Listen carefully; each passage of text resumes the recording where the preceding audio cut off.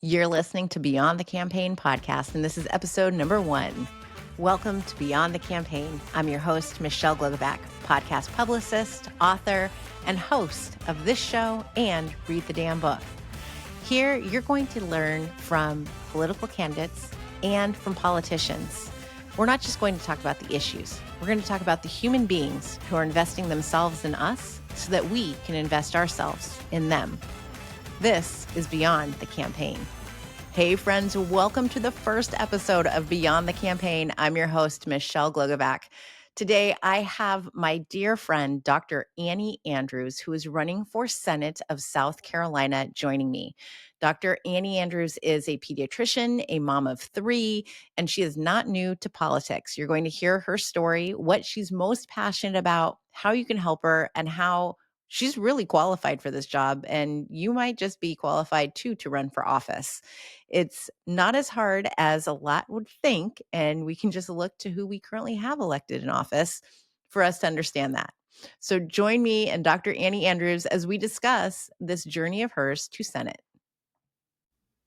Hello, Dr. Andrews. Hi, Michelle. How are you? I'm so good. I'm so excited to see your face on a Monday morning. Me too. Me too. I'm so happy to be here. Can you take a moment to introduce yourself to everyone, please? Yes, absolutely. I am Dr. Annie Andrews. I'm a pediatrician and a mom of 3 and a current candidate for the U.S. Senate here in South Carolina, where I'm hoping to finally unseat Lindsey Graham. You're going to crush it. I just know it. I'm so excited. I think I shared with you before that my husband, he's political, but not online. He's not Mr. Social Media. And he goes, isn't this Annie Andrews person someone that's coming on your show? Like, she's a big deal. She's going to take Lindsey Graham. This is fantastic. So you're a big deal in our house. I mean, it's a good sign when we get the husbands excited as well.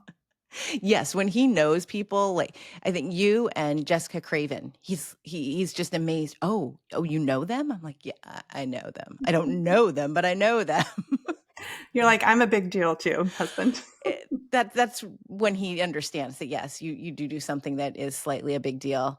And speaking of big deals, like you have 3 very big titles, 3 big hats that you are wearing. Pediatrician, I know how important that is because I have 2 littles. So like I would love to see you every time we go to the pediatrician's office. You just feel like my people. But then to also be a mom, that's a huge undertaking of its own. And now running for Senate. How are you doing it all, Dr. Andrews? With a lot of caffeine and sleep. But no, I mean, it's a good point. It's being a mom of 3 is over a full-time job in and of itself. Being a pediatrician, which I have been for about 2 decades now, was a full-time job of mine for about a decade and a half before I got into politics, but I still am practicing as a pediatrician. And being a U.S. Senate candidate is more than a full-time job. But, all 3 of the things are totally interrelated. I wouldn't be a candidate for Senate if I wasn't a mom, because my children are why I do this. And I wouldn't be a candidate for Senate if I wasn't a pediatrician, because it's what I saw in children's hospitals for about 15 years that motivated me to get off the sidelines and get involved, go upstream of the problems that are affecting our vulnerable kids and families, working on policy advocacy, and ultimately deciding that politics was the answer, because we're never going to solve the systemic problems that our nation's children face if we don't engage in politics. We have to start electing leaders who will put kids first. We can't stop at the policy space or the advocacy space. We certainly can't stay on the sidelines. There is far too much at stake. So yes, I wear 3 hats, but they are the reason I'm doing this. And as you know, as a busy working mom, women are capable of juggling a lot of things and still finding a way to get shit done. I love that. And I fully agree. I do want to ask you as a mom, because I have a friend who is considering running for office, whose main concern is, how do I balance being away so much from my family, from my kids, missing birthdays, missing sporting events, all these things, with running for office, with this new job. And it's literally one of the reasons why, on top of I have great elected officials in my area, so I don't need to unseat them. But it's one of my main concerns if I were to consider running for office is, how do we create that balance? And I think it goes right to everything that we see in this day and age of why we don't have more women in office and why this is the way it is?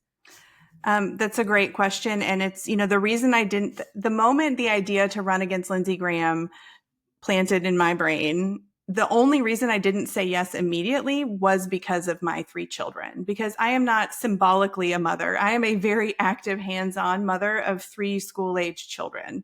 And that is busy. But again, that is the reason I'm doing what I'm doing. But I still sometimes lay in bed at night and wonder, was this the right choice? I look at my calendar and I see all the evenings I'm going to be traveling across the state, or the times I'm going to be flying out of state on this campaign, or the times, like my son right now is downstairs building Legos. And I just said, honey, I'm going to be on a podcast. I'll come tell you when I'm done. Your lunch is on the counter. Just heat it up in the microwave. Like it's a real struggle, but it is so important. And I often think about some advice that I got from, I think, our mutual friend, Shannon Watts, the founder of Moms Demand Action. And she said, her children are all now grown. But they watched her those 10 years that she was building and leading Moms Demand Action, our nation's largest gun violence prevention organization. And she herself had doubts about whether that was the right thing. But she said her grown children now tell her, thank you. Thank you, Mom, for showing us what it means, her new phrase, to live on fire, showing us what it means to have your own passions and pursue your passions. And also thank you for having a life outside of being our mother so that you weren't one of those annoying hovering mothers. I think it's important to have this balance, and it's working for me. But you're right. It holds so many women back. I'm proud to have the endorsement of an incredible organization, Vote Mama, whose entire goal is to elect more moms of minor children to elected office at all positions, because they see that we need to be in rooms where decisions are being made. Those of us who are in the thick of parenting, who are dealing with the struggles of parenting every day, need to be in the room where these decisions are being made. But we face so many barriers that men don't face when they're thinking about running for office. Yes, because I can't imagine that we'd have this conversation, if you were a male candidate. Although I do have some male candidates coming up, and I will ask these questions of how are you balancing it? Because the male candidates have, if they are fathers, they have wives at home who are taking care of their children, or a partner, a spouse, somebody else is doing this and enabling them to run for office and to commute and to do all of these things. So the fact that it is a question is silly, but it's relevant right now because we need to talk about it. We need to figure out how to do this, I feel, and to empower each other to be able to run for office, to, step in. I'm sure that there are going to be people that are helping you at home with your kids of, yeah, we'll carpool. I mean, if I was your neighbor, I'd be like, yeah, go Annie. I'm going to take the kids for you. I'll bring them home every day, whatever you need. Yeah, I But mean, we I need have more of I that. have a village of support around me. My parents live in town and they are super helpful and hands-on. My children's father is super helpful and hands-on.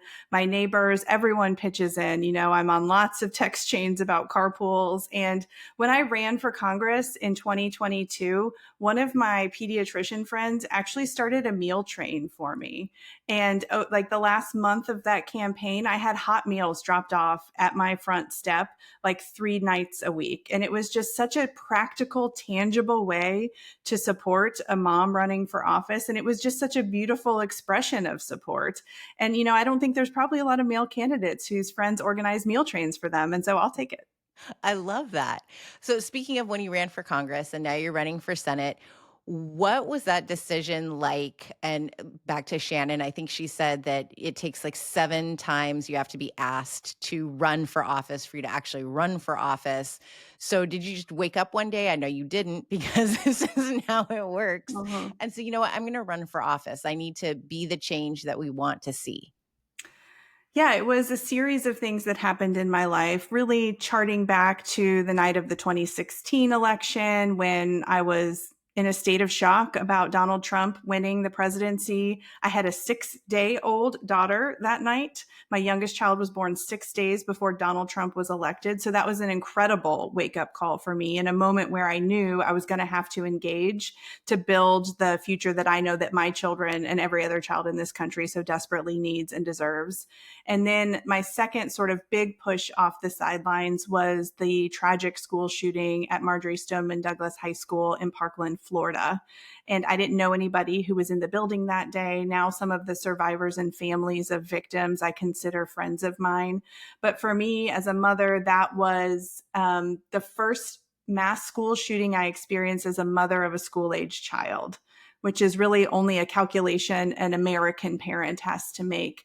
But that was sort of my last straw. I knew, okay, our kids are not doing well. I'm going to do something about it. So I joined Moms Demand Action, which is a really important step that led to me deciding to run, because by joining that organization, I learned the really practical tools about advocacy and activism and the importance of showing up, the value of my voice as a mom, as a member of my community, as a pediatrician.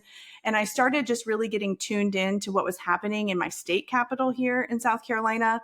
And the more time I spent testifying in those committee meetings, listening in to, debate on the Senate floor here in South Carolina, the more it became abundantly clear that I am more than qualified to run for office and to serve in office at any level. So I sort of developed this sense of audacity about, I can do this. The people who are in Columbia, in Washington, D.C., very often don't bring any level of expertise. They certainly don't bring a sort of a North Star moral compass that centers America's children.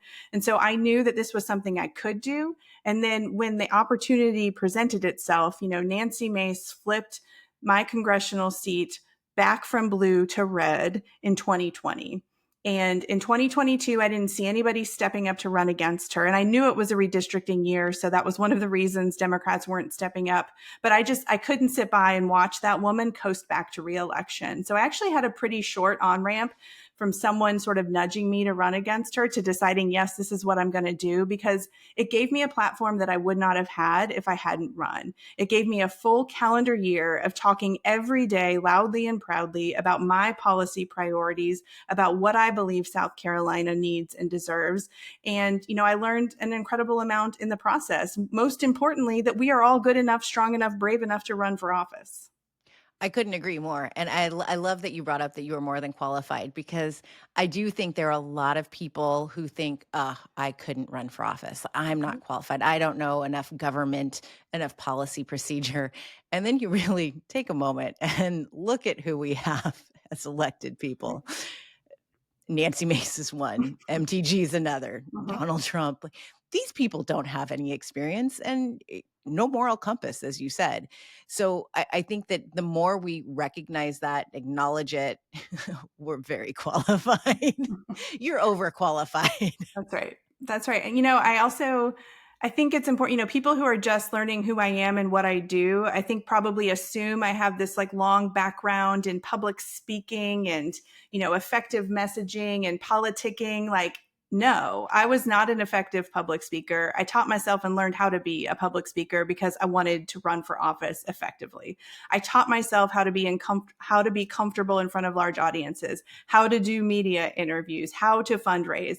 I learned all of those skills because, again, women can do hard things. I learned all of those skills because I was committed to being a strong political candidate. So if you're sitting there thinking, well, I'm too much of an introvert, I don't like public speaking, I don't like being the center of attention, that is who I was before this. But I am so deeply passionate about why I'm running that I just set aside all of the very obvious reasons why it shouldn't be me, why I shouldn't run. But I just forced myself to do it. And here I am. What has that been like to have been a private person, not in the spotlight, that people in California didn't know your name, to becoming someone for you, for your spouse, for your kids, a household name, because you truly are, like I said, my husband knows who you are. So you're reaching people across the country. What's that like for you to have gone from more private to public? I mean, it's overwhelming, truly, and it is also intimidating. And I don't take lightly what a responsibility that is. That I've slowly built my platform over the past 5 or so years of followers on social media, et cetera, and to the point that I now understand people are looking for me to lead. They're looking for me to weigh in on issues that maybe just as a doctor and a mom, I wouldn't have necessarily weighed in on. So I take that responsibility so deeply seriously. But I also have learned an incredible lesson that you don't know how many people are watching you. This work is so hard and it can be so demoralizing, especially if you get caught up reading the comments on social media. It can be a lot to internalize, but I have learned that you don't know how many people are watching you and how many people you're inspiring. I mean, I went to dinner with two of my kids the other night at a nearby beach town.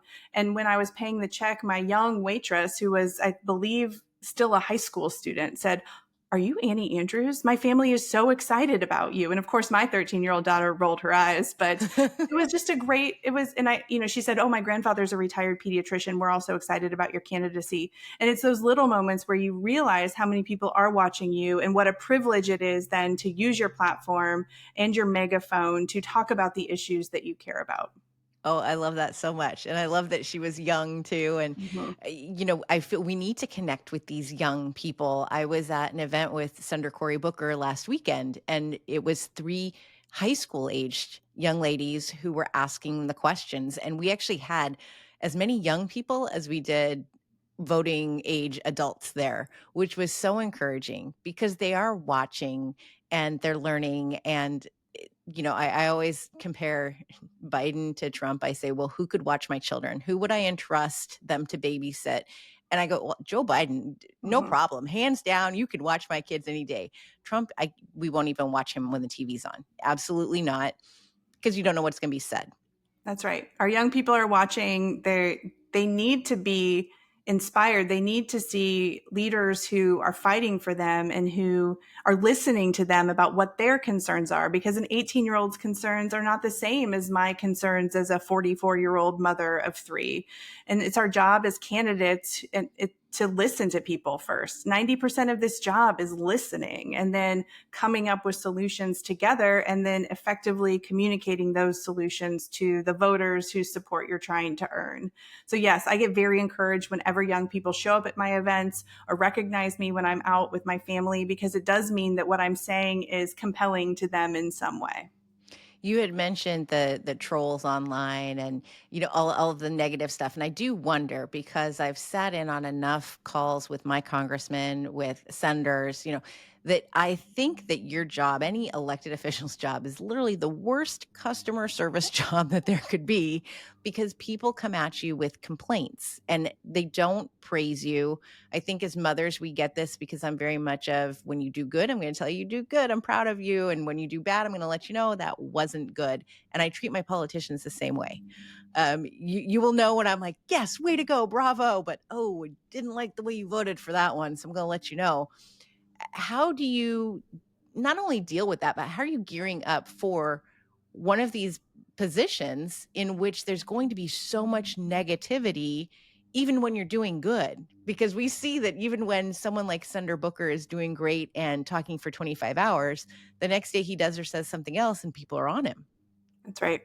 And I think one thing is, I know I can never make everybody happy. I know that there's some keyboard warriors out there who really are only there to attack people. So I try to take what they say not quite as seriously than the people I meet out at a community event who are out there actually because they care, because those people bother to show up and engage with me in real life. On the other hand, my job as a doctor is to take care of kids and families on their worst days, because I've always worked in the hospital setting. So if I'm meeting you, it means your kid has been admitted to the hospital, whether from an illness or an injury. And those people are, in the throes of this personal crisis, and I have to find a way to meet them where they are, understand what their struggles and their worries and their concerns are, come up with a plan together with them, and then communicate that plan to them, and hopefully their child gets better. And I see this really no differently than a disaffected or distraught voter who's upset with me about some policy position I have. Again, my job first and foremost is to listen, to understand where they're coming from, and to see where we can meet in the middle and come up with a solution. The online trolls, as someone who got my start in gun violence prevention, I am no stranger to the online trolls. And then, of course, with the RFK Jr. stuff, I have the anti-vax people coming after me as well. So I mostly laugh it off, but it is scary. And it is a slippery slope for candidates to internalize too much of that negative talk. And so I really check myself when I'm reading too many comments or taking the comments personally. I have a very, very clear, true North Star that I am doing this to do what is best for America's children. Bonus that what's good for America's kids is good for America's families. What's good for America's families is good for America's economy. So what I'm doing is net positive for everyone. But because I have such a true North Star, it is harder for me to get knocked off my feet by these negative comments and this disgusting, divisive environment we see on social media.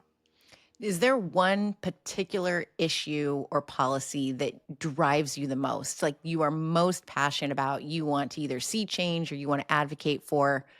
What's the biggest thing? And I know that's a hard question because if someone were to ask me, I'm like, oh, there's so many things, like, women's choices, voting rights, like literally everything is important.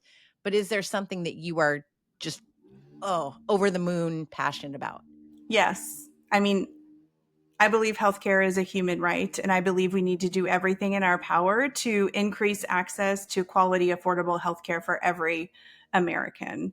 And what we are seeing now, this coordinated attack on our nation's healthcare system through guts to the Medicaid program, cuts to Medicare, slashing NIH funding. RFK Jr. just recently essentially disbanded the committee at the CDC that recommends routine childhood immunizations.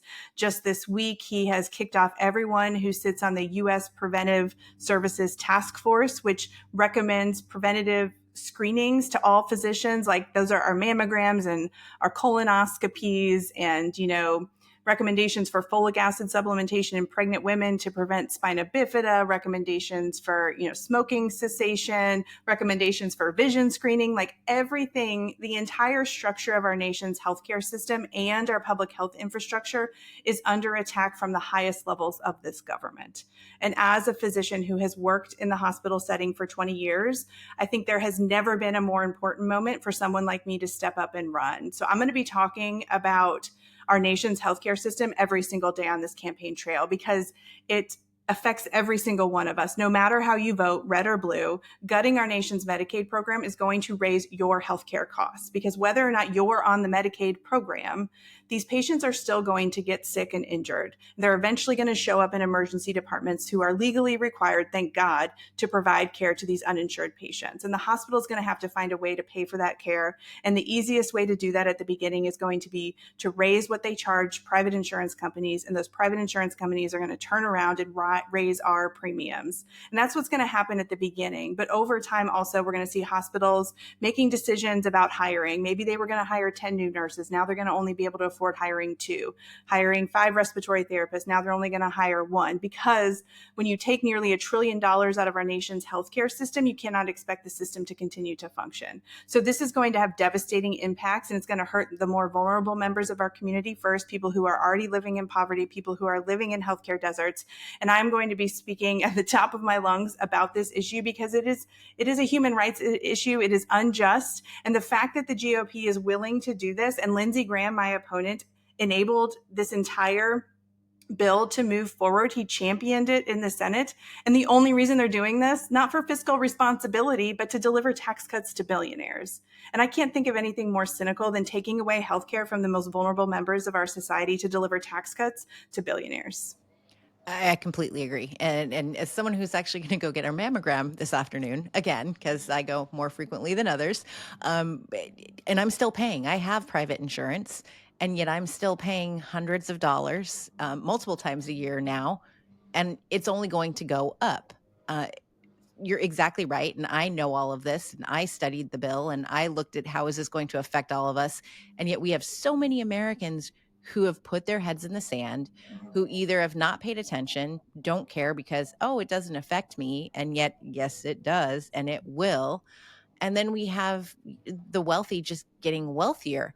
How are you going to help more Americans become educated on how this does affect them and what they need to do, how they need to pay attention. Where are you going to go with that? How do you plan on reaching more Americans? Because we need to reach more. I mean, I consider that my number one job for the next 15 months. Between now and the general election in November 2026, it's my job as a doctor and a candidate for US Senate to use my platform to communicate effectively to voters everywhere about how this GOP bill will negatively impact their access to affordable, quality health care. Democrats have a lot to learn on the messaging front. We tend to speak with a lot of facts and data. We like to bring our charts. We like to, talk like experts, but that doesn't break through. As we were just saying, that doesn't break through to the 18-year-old who's never voted before. We have to find a way to boil down things to very easily digestible talking points. And we have to say them on repeat, like we see the other side do. We also have to meet people where they are. We have to not just write op-eds in the New York Times and go on MSNBC on Friday night. We have to be on social media. We have to be on TikTok and Instagram and Facebook and Blue Sky and X. We have to be everywhere because that's where people are. So it's being where people are in addition to communicating in a way that breaks through. So many of our politicians on both sides of the aisle have this tendency to turn into robots when they get in front of a camera. They feel like they have to be so buttoned up and be so serious and, really just use their consultant and DNC approved talking points. And that does not compel anyone to get excited about voting, to get excited about donating or volunteering for a campaign, or get excited about government and what government can do for you in general. So we have a lot to do to sort of shake up this system that has led to so many disaffected voters. And as devastating as these cuts to our nation's healthcare system are, it is a gift on a silver platter to Democrats who are running for office right now, because they have given us the playbook, what we need to message on. We just have to do it effectively. And I know that we have another common friend, Eric Swalwell, and I love what he is doing, especially this week that they've all been sent home. His videos of I should be working, but I'm having a beer. I should be working, but I'm weightlifting. I'm in a pool. I adore them so much because they're unique. And even before this, he's very unique with his messaging of walking out with his coffee and a staffer comes up and, he drops the F-bomb and stuff. He gets it. He's one of those ones who gets it. And I think we need more of that. And that's exactly what you're talking about because it reaches young people. Yes. Yeah. He's not buttoned up. I mean, we see him in committee hearings where he's all buttoned up and very serious and doing his serious job well, but he also doesn't take himself too seriously. I totally agree. What he's doing on social media right now is incredibly effective, and we need to see more of that. And it doesn't just have to be from the Gen Z people who are running for office. I mean, Eric Swalwell and I are the same age. We're not particularly young. We may be in terms of who represents us in the halls of Congress, but we can all learn how to do new things. I did not use TikTok when I ran for office before. I was mostly on what used to be Twitter, and now I've pivoted to mostly on Instagram, but I'm starting to dabble in TikTok, and I post everything I do over on TikTok because I heard from so many young people that's where people are, and you've got to get on TikTok. And that's what Eric's doing. He's meeting the moment in a creative and incredibly effective way, and we need to see more of that. I'm the same age. So all three of us we're all there together. And, I've been so pleasantly surprised with TikTok because I would post and then run away because I was scared of the trolls. Yet they're nicer on TikTok, I found, than they are on Instagram sometimes. That's right. That's right. Yes. No, I've had fun on TikTok, and I'm just getting started. So I'm excited about that. Good. And I follow you. So I'll make sure that I continue to follow you and engage and promote all of the great things.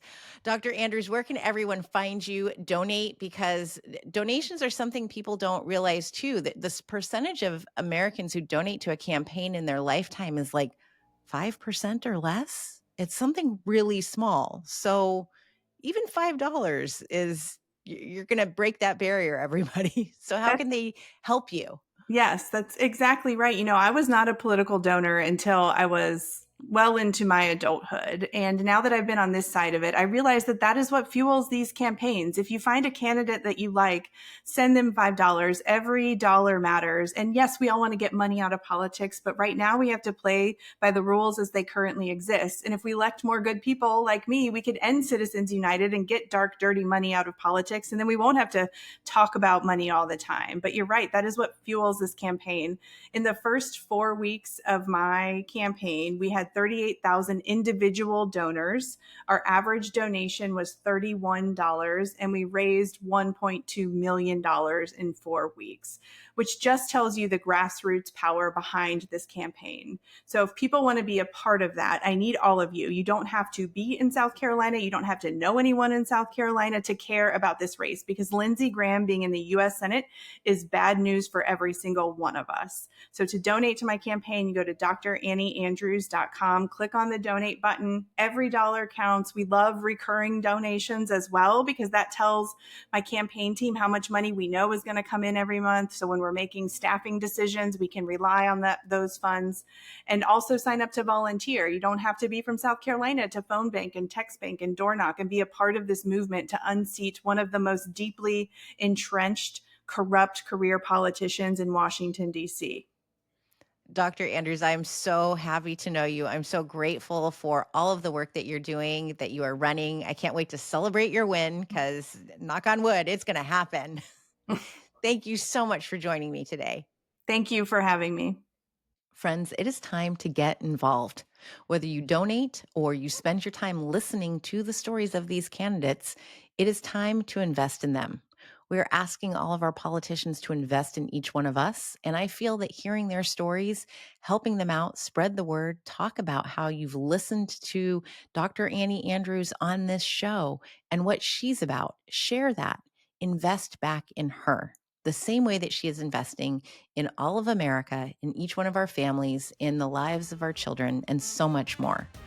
I loved getting to hear more of Dr. Andrews' story. I hope that you did too. And I'm looking forward to sharing more candidates and elected official stories on Beyond the Campaign with each of you every week.